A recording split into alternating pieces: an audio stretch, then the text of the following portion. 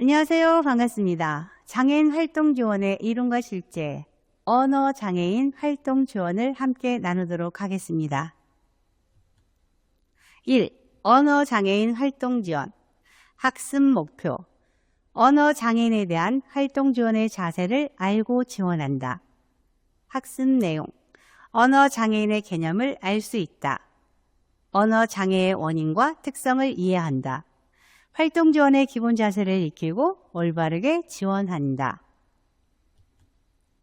언어 장애인. 자, 언어 장애 하면은 여러분들 언어 장애도 언어 장애를 갖고 있는 사람, 말을 잘 못하는 사람, 우리 아까 앞 시간에 청각 장애에서 언어 장애 배웠는데 이렇게 생각하실 수 있어요. 그런데 언어 장애는 우리가 의미를 따로 두는데 음성 기능 또는 언어 기능의 영속적인 현저한 장애를 갖고 있다라고 이야기하고 있고요.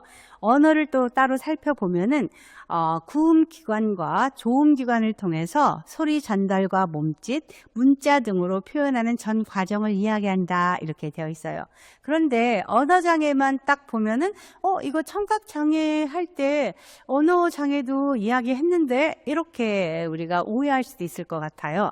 그런데 언어 장애는 여러분 가만 생각해 보세요. 청각 장애 할 때도 언어 장애와 문제가 관련이 있었죠.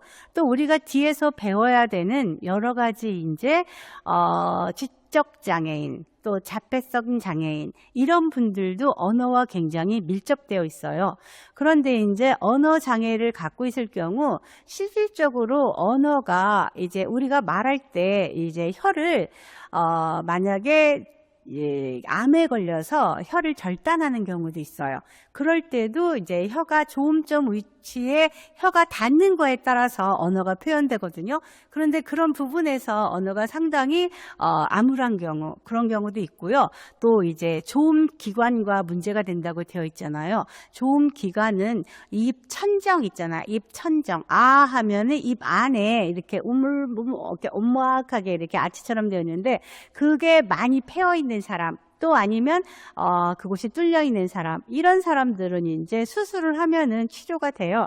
그렇지만 이게 이제 혀하고 잘 맞지 않는 경우, 언어가 이제 짧게 발음 경우, 발음이 안 되는 경우, 또 말더듬이 같은 경우도 있어요. 그런데 이제 말더듬이 같은 경우도 만약에 내가 뭔가 스트레스로 인해서 뭔가 이제 막 성격이 급해진다, 막 이럴 때 이제 일시적으로 이제 언어가 이제 문제가 생기거나 말더듬이가 오거나 그래요. 그런데 이런 부분들은 치료를 받고 훈련을 받으면 이제 나중에 어느 정도 이제 많이 좋아져요. 그런데 실제 이제 뭔가 음성 기관에 문제가 생기거나 살아가면서 수술을 이제 만약에 후두암에 걸렸다. 그러면 목을 이제 절제하고 구멍을 내서 식도로 이제 음식이 넘어가기도 하고 또 이제 호흡도 어떻게 할 수도 있고 여러 가지 많은 것들을 이렇게 언어 장애와 연결돼서 치료를 만약에 하게 돼요. 그럴 때 이제 또 음성 장애까지 같이 변성음이 오는 경우도 있고 또 감기가 많이 걸렸을 때 여러분 우리가 이제 성대결절 이런 거 많이 들어보셨죠? 그래서 성대가 이제 말을 할 때 성대가 이렇게 비비면서 언어가 표현을 하는데 감기에 걸렸을 때 내가 뭔가 기식음이 나왔을 때 소리가 탁 하고 그럴 때 그걸 무시하고 막 소리를 지르거나 노래를 막 한다거나 아니면 어디서 말을 많이 한다거나 이러면은 얘가 나중에 이제 비비면서 상처가 나는 거예요. 그 상처가 나서 이제 또 언어 장애가 올 수도 있고 다양하게 많은 우리가 모르는 그런 언어 장애가 일어날 수 있다라는 걸 염두에 두고 들어가도록 하겠습니다. 자, 우리가 언어장애 할 때 의사소통 과정의 결함이다 이렇게 하고 있어요. 그래서 사회적인 문제를 초래한다. 그래서 발성에 어려움이 있다. 그리고 음의 고저가 이제 안 맞는다. 그리고 또 언어 이탈이 있다. 그래서 발성의 어려움 같은 경우는 실제 소리 전달 과정에 문제가 되는 거예요. 내가 소리를 발성을 했는데 이 발성이 이렇게 날 수도 있는 거잖아요. 그래서 이런 기시금이 날 때 이런 것들이 뭔가 성대에 문제가 생겨서 고혹이 나거나 아니면 염증이 일어나거나 뭐 여러 가지 결절이 생기거나 이래서 문제가 생기기도 하고, 또 소리의 어떤 음저, 고저 막 이런 것들도 적당하지 않은 이런 우리 그런 거 많이 하잖아요. 노래를 해야 되는 음치가 있다. 막 높은 나지 않는다. 고음 불가 막 이런 거. 그래서 한동안 이렇게 유머 막 하는 사람들이 이제 고음 불가 해가지고 막 나는 뭐 산에 가자 막 이러면서 노래를 막 했던 그런 것들이 기억날 거예요. 그래서 언어도 실질적으로 이제 상대방이 이해하기 곤란할 정도로 발음이 어렵고 알아듣지 못하고 나는 말을 정확하게 했는데 말이 샌다거나. 그래서 이 언어는 굉장히 사실 중요해요. 그런데 우리 한국 사람은 타고날 때부터 언어를 다 알고 타고난 것처럼, 배우고 타고난 것처럼, 실질적으로 어렸을 때 엄마가 까꿍, 엄마, 빠빠, 맘마 이렇게 입술음부터 시작해서 언어가 향상되는 거거든요. 그런데 모국어는 이제 자연스럽게 그렇게 해서 취득하는 건데 이게 중요하다는 걸 잘 몰라요. 그래서 우리가 어렸을 때부터 정확하게 입모양을 정확하게 하고 가, 나, 다, 라, 마, 바, 사, 아 뭐 이렇게 이음절 할 때 똑똑똑 떨어지게, 이음절 할 때도 가, 나, 나라 이렇게 두 문장으로 된 거 있잖아. 삼음절로 됐을 때 무궁화 이런 식으로, 또 사음절 됐을 때 우리나라, 정확하게 이런 언어를 이렇게 배우려고 하는 그런 노력들을 많이 하지 않으세요. 그런데 이제 저처럼 이제 유아교육을 전공하고 사회복지를 전공하고 또 숙수교육도 사이드에서 배우고 또 이제 석사, 박사까지 사회복지를 하면서 언어는 굉장히 중요하구나. 그리고 제가 또 언어를 중요하다고 생각한 거는 이제 동화구연을 굉장히 오랫동안 가르쳤어요. 그러다 보니까 아이들 언어 문제가 굉장히 중요하구나. 좋은 어떤 처리하는 것들이 굉장히 문제가 중요하구나. 이런 것들을 많이 생각했고, 저는 제가 언어치료를 대구대학에서 5년을 공부했어요. 계절학기마다. 그렇게 공부를 하면서 이제 의사 선생님한테 제 성대를 한번 보고 싶다고, 그래서 내시경으로 제 성대를 직접 내가 화면을 통해서 보고 내가 소리를 냈을 때 내 성대가 어떻게 이렇게 움직이는지 이런 것까지 직접 봤어요. 그렇게 하면서 내가 지금 감기에 걸렸구나. 지금처럼 강의를 해야 되는 상황이 있구나. 그럼 목 관리를 굉장히 한 달 전부터 해야 돼요. 감기 안 걸리게 조심해야 되고, 밤에 잘 때는 옆에다 물수건을 적셔서 이렇게 널어놓든지 아니면 가습기를 물만 넣어서 가습이 되도록 해주고, 그렇게 하면서 이제 물을 촉촉하게 마르지 않도록 생수를 자주 마시거나 아니면 보리차를 열나지 말도록 보리차를 잘 마시는 거예요. 그리고 이제 추울 때는 집에서도 계속 목폴라를 입고 있고, 또 목을 이제 이렇게 천을 감아서 보호를 해주고, 이런 것들을 굉장히 열심히 해요. 그만큼 내 목을 내가 관리를 해야 된다는 거죠. 그렇기 때문에 누구나 언어에 대해서, 소리에 대해서 중요하게 생각해야 되는데 많은 사람들이 그렇게 중요하게 생각하지 않는 것 같아요. 자, 언어장애 원인은, 기질적인 원인 같은 경우는 복잡하고 다양하다는 거죠. 그래서 언어 중추 신경 조직과 신경기관에 손상을 입었을 때 이제 언어에 문제가 있다. 구음기관 기형이나 손상이 있을 때 또 언어에 문제가 있다. 또 마비로 인해서 국의 파열, 혀, 목, 후두의 기형 이런 걸로 인해서 또 언어장애가 올 수 있고, 지적 발달 능력이 저하가 돼서 언어장애를 가져올 수도 있다는 거죠. 우리 건강한 사람이 어느 날 교통사고로 인해서 뇌를 다쳐서 지적장애가 오잖아요. 그럼 언어장애까지 같이 동반하는 경우 많아요. 그렇기 때문에 언어장애는 실제 언어장애만을 가지고 활동 지원을 한다라고 보는 것보다는 내가 언어장애가 어떻게 올 수 있고 언어장애가 왜 생기는지 이런 것들을 이해한다라면 그 어떤 중복장애를 갖고 있거나 그 어떤 장애를 갖고 있어도 활동 지원사로서 언어장애가 이렇게 영향을 미칠 수 있구나, 이런 것들을 이해할 수 있어요. 자, 그러면 기본적인 원인, 그러니까 기능적인 원인은 발음과 발성에서 이제 지장을 받는다라는 거죠. 발음은 우리가 실질적으로 발음을 정확하게 할 때는 혀를 어디에 대느냐에 따라서 발음이 다 달라져요. 그리고 또 발성 같은 경우는 입 모양을 어떻게 내느냐에 따라서 소리가 다 달라져요. 그러니까 어떻게 보면은 우리의 몸은 발성 기관이라고 보시면 돼요. 그렇기 때문에 노래를 잘하고 싶거나 말을 잘하고 싶으면 내가 발음을 어떻게 할 것인지, 발성을 어떻게 할 것인지, 감정은 어떻게 잡을 것인지 이런 것들만 잘 한다라고 해도 잘 표현할 수가 있다라는 거죠. 그래서 자신의 목소리와 발음을 적절하게 사용하는 방법을 학습하지 못해서 내가 언어를 제대로 표현하지 못하는 그런 분들도 계세요. 그런데 많은 분들이 지방의 방언 있죠. 사투리에 의해서 이 밥 먹었나 어쨌나 막 경상도에 있던 분들이 나 서울말 배우고 싶어요 하면서 요즘 트로트 가수들도 계속 서울말 연습하는 거 이런 것들도 가끔 접하게 되는데 실질적으로 내가 살아온 환경의 그 음성과 또 여러 가지 훈련을 통해서 하루아침에 바꾸는 건 굉장히 어렵다는 거죠. 저 같은 경우도 이제 고향이 충청도란 말이에요. 아니요, 그랬슈 막 이렇게 하다가 서울에 와서는 아니야, 그렇지 않았어 이렇게 표준말을 하죠. 그런데 이제 대학에서 강의할 때는 아니요, 야, 너 그러면 안 된다이 이러면 애들이 배꼽 잡고 막 웃어요. 그렇게 하면서 분위기도 이렇게 세진시켜가면서 그렇게 수업을 하면 굉장히 재밌어요. 자, 아무튼 이게 기능적으로 청력장애 이상이 있는 장애인에게 볼 수 있는 구음장애, 음성장애 이런 거와 이제 같을 수 있다 이렇게 이해하시면 되겠어요.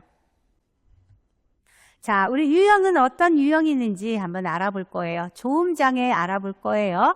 조음장애는 발음장애라고도 얘기해요. 그래서 조음기관이 손상된 거, 입술이 손상됐거나 혀가 손상됐거나 입천장이 패였거나 인두강, 비강 이런 곳에 문제가 생겼을 때 발음이 샌다라는 거죠. 그런데 이게 국에 파열해서 입술 이런 데 이렇게 파열된 친구 옛날에는 뭐 엉청이 막 이렇게 놀리기도 했단 말이에요. 그런데 그런 것들은 수술하면 다 치유가 돼요. 그리고 또 안에 서두에 얘기한 것처럼 입천장을 이렇게 이렇게 구멍이 뚫리거나 좀 많이 패인 사람 이런 사람들도 이제 수술하면 되고 그리고 장애인 친구들 중에 다운 증후군 친구들 중에 혀가 좀 긴 친구들도 있어요. 그런 친구들이 또 조음점이 잘 안 닿아서 언어가 잘 안 되는 경우는 혀를 조금 더 이렇게 절제를 해주고 잘라주면은 또 발음이 잘 잡히는 경우도 있어요. 그래서 이런 경우에는 이게 수술을 해도 도움도 되지만 실질적으로 선천적으로 또 수술이 어려운 이런 경우도 있다라는 거예요. 그리고 또 말할 때 말소리를 생략하거나 대치하고 왜곡하고 또는 첨가하는 경우 이런 경우도 이제 발음장애다, 조음장애다. 그래서 말더듬이 이런 거 있을 때 이런 문제 유형이 있다라고 보시면 되겠어요.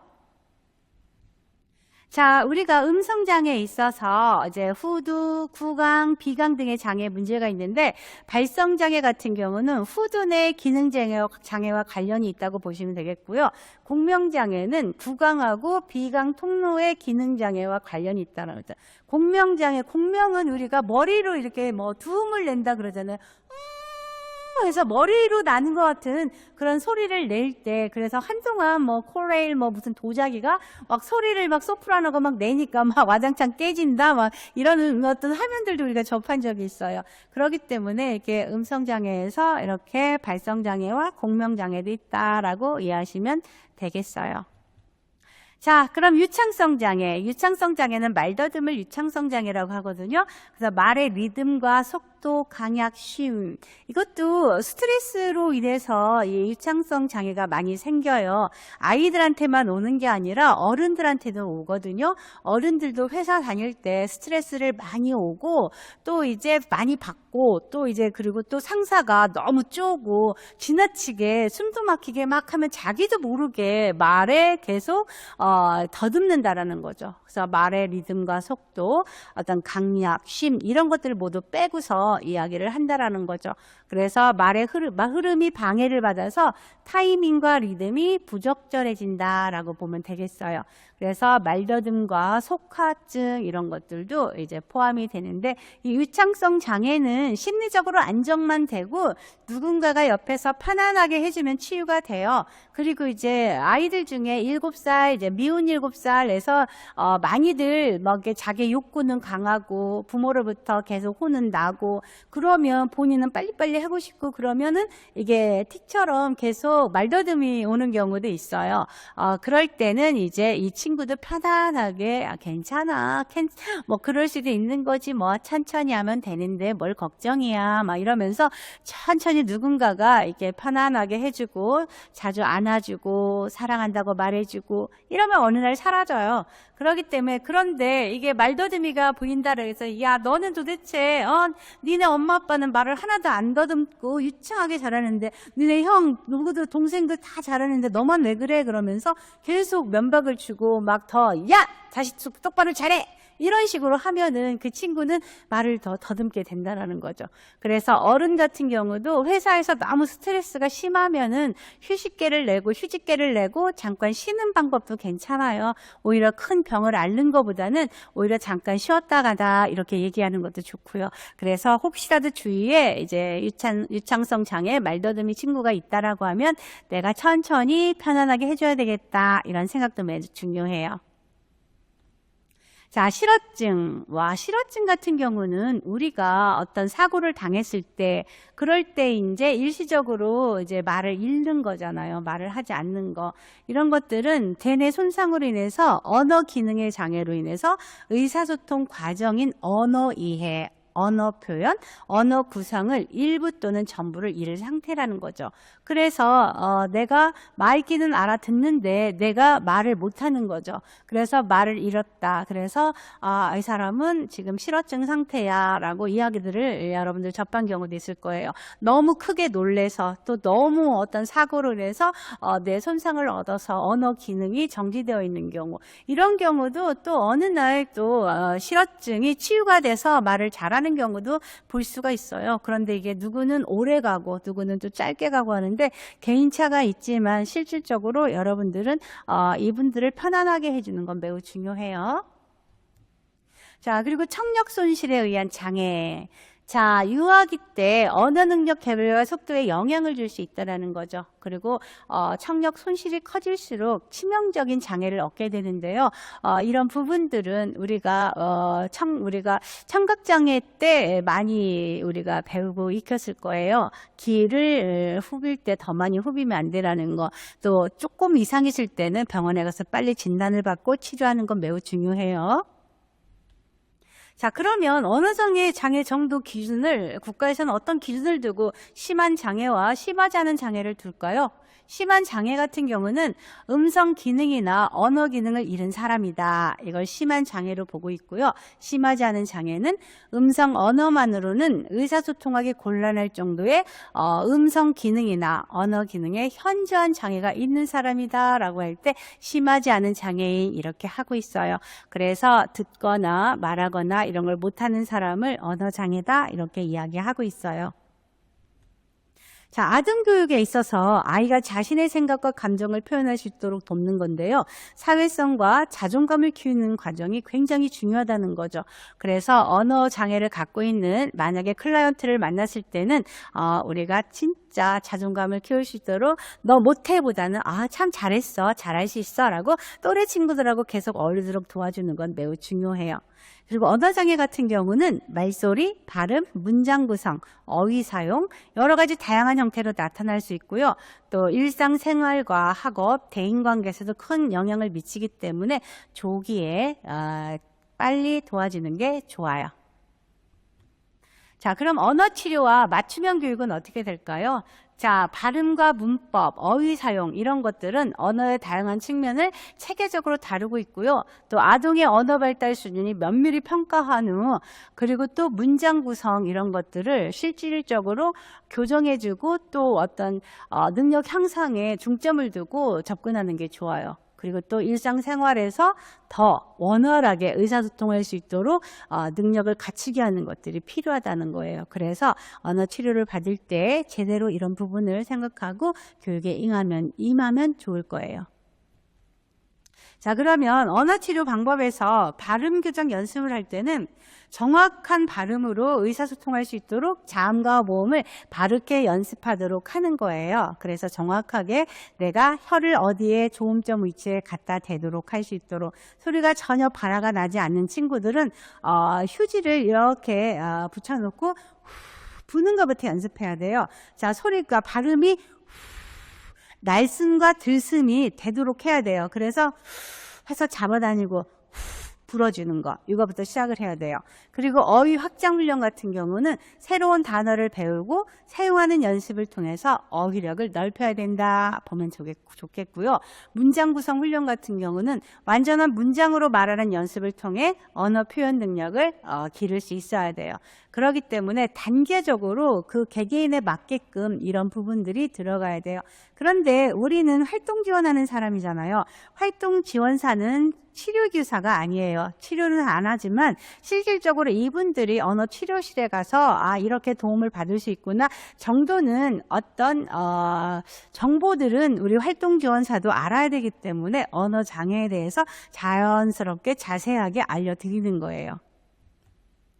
자, 그러면 놀이학습과 사회성 발달은 어떻게 변하는지 볼게요. 놀이학습은 즐겁게 배우고요. 자연스럽게 언어 능력을 향상시킬 수 있는 방법이에요.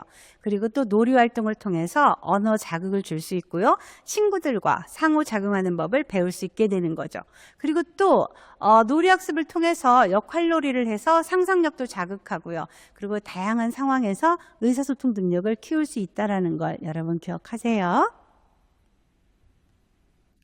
자, 우리 놀이 학습 방법에서 놀이 학습과 사회성 발달에 도움을 줄 때요. 역할놀이와 스토리텔링, 그림카드 이런 방법들이 있는데 역할놀이 같은 경우는 서로 역할을 맡아서 상호작용하는 데 도움을 줄 수 있고요. 스토리텔링 같은 경우는 말로 표현하는 거잖아요. 그래서 이야기를 스토리로 만들어서 서로 이야기를 표현하는 거기 때문에 매우 중요해요. 그리고 그림카드를 가지고 단어와 문장을 익히는 거죠. 그래서 한 단어를 가지고 자, 이거와 이거하고 만났을 때는 어떻게 될까? 그래서 사람하고 집에 그림이 있다. 그러면은 단어를 가지고 사람하고 그림을 집으로 간다라고 문장 구성을 할 수 있다라는 거죠. 그렇게 놀이를 통해서 학습을 하면 좋을 것 같아요. 그런데 우리가 활동 지원사고 활동 지원을 하겠지만 만약에 비가 많이 와서 눈이 많이 와서 태풍으로 인해서 천재지변으로 해서 밖에 나갈 수 없을 경우 있어요. 그럴 때는 집에서 우리가 그림 카드로고 놀이를 할 수 있고 또 이렇게 역할놀이도 할 수 있고 이런 것들도 우리 활동 지원사가 적절하게 이용하면 좋다라는 걸 말씀드리고 싶습니다. 자, 그러면 우리 활동지원사의 역할에서 일관된 일상은 어떻게 해야 될까요?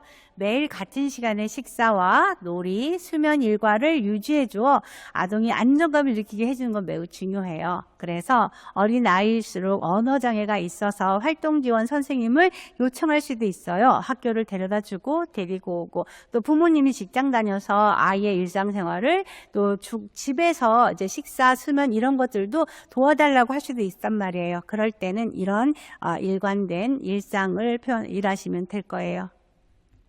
또 이제 소통과 격려에서는 아동이 자신의 생각을 표현하려고 할 때 적극적으로 반응해주고 이제 성취하고 또 이 성취를 위해서 참을 잘했어라고 칭찬해 주는 거 굉장히 중요해요. 그래서 우리 선생님들의 격려, 우와 잘하는 걸 정말 잘했어라고 이야기해 주는 것 매우 중요해요.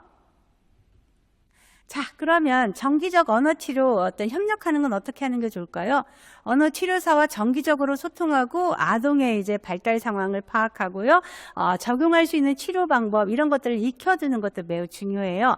우리가 활동지원 선생님이 친구를 데리고 언어치료를 받으러 갔을 때 선생님 제가 집에서 오며 가며 어떻게 도와주면 될까요? 라고 이야기를 주고받고 또 부모님은 직장 다니느라고 아이를 또 케어하기 어려운 경우 많아요.